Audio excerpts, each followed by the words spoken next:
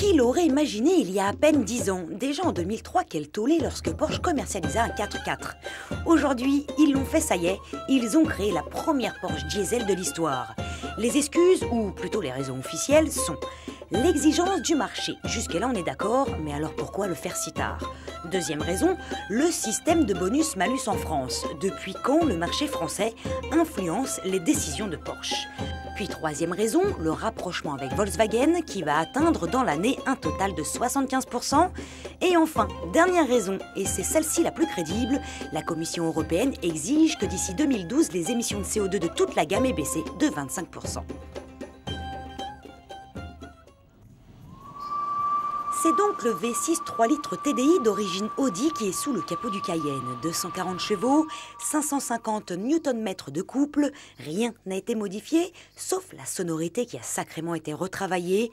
Le résultat en est même étonnant. En soi, ce Cayenne diesel est une excellente voiture. Tenue de route redoutable, capacité de franchissement bluffante, 244 grammes par kilomètre de CO2 seulement, ses performances sont à égalité avec celles du V6 essence, avec en plus une autonomie de 1000 km, un record pour une Porsche. Il est aussi moins cher qu'un BMW X5 3 litres SD et qu'un Mercedes ML 420 CDI. Il ne manque pas de qualité, surtout, il n'a pas vraiment de défaut.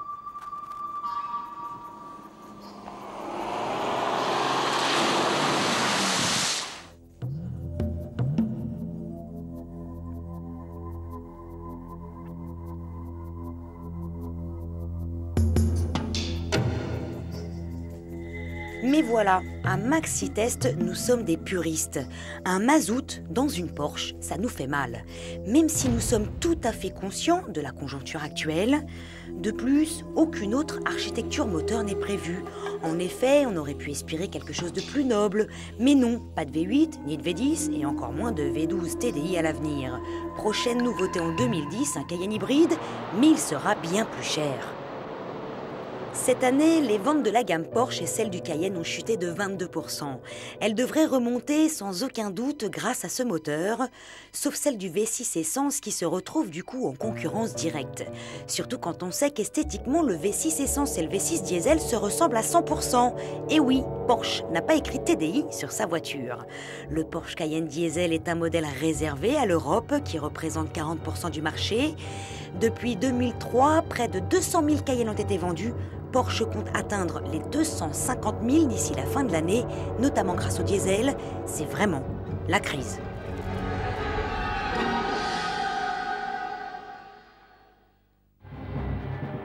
Heureusement, lors de cette présentation en Tunisie, Porsche nous dévoilait aussi le nouveau Cayman 987 deuxième génération. Un coup de cœur. Commercialisé depuis bientôt 4 ans, il subit un léger restylage particulièrement réussi.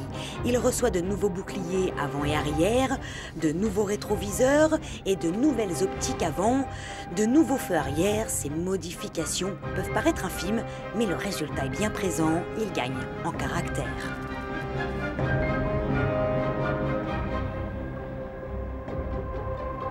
Autre nouveauté, il reçoit la boîte de vitesse à double embrayage baptisée PDK, issue de la 911 restylée l'an dernier. Elle permet de réduire la consommation de 15%, de gagner 1 seconde 2 au 0 à 100 km/h, de baisser les émissions de CO2 de 16% et enfin les temps de passage des vitesses, eux, chutent de 60% par rapport à l'ancienne Tiptronic S.